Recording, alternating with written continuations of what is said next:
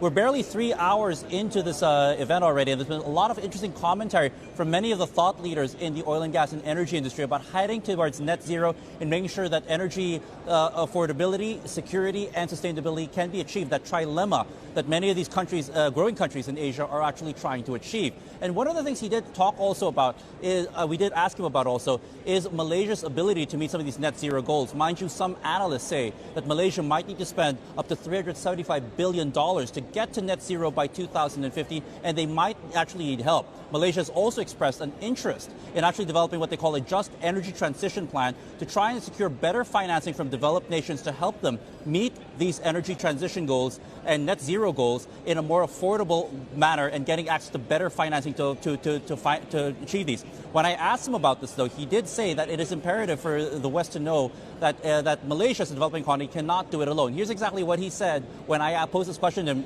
earlier today, just a couple of minutes ago, when he came out of his keynote address to kick off Energy Asia. Take a listen. The consensus among all the key speakers is this. The commitment is there, but gradual steps must be taken. A drastic step would be at the expense of our education, health and development. But in terms of commitment, it is there. The transition plan is there. The energy transition has started, has begun. With electricity, and we're working on it. Yes, and Malaysia also wants to establish a just energy transition plan with the developed nations to perhaps get better financing to meet those goals. How far along are you folks in actually establishing that energy transition plan, and are some of the developed partners keen on forging this as well?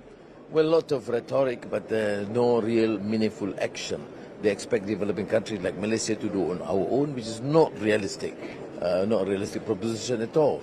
So our appeal is that, okay, we are committed, but let us be realistic. They have to understand that the transition takes time and takes investments.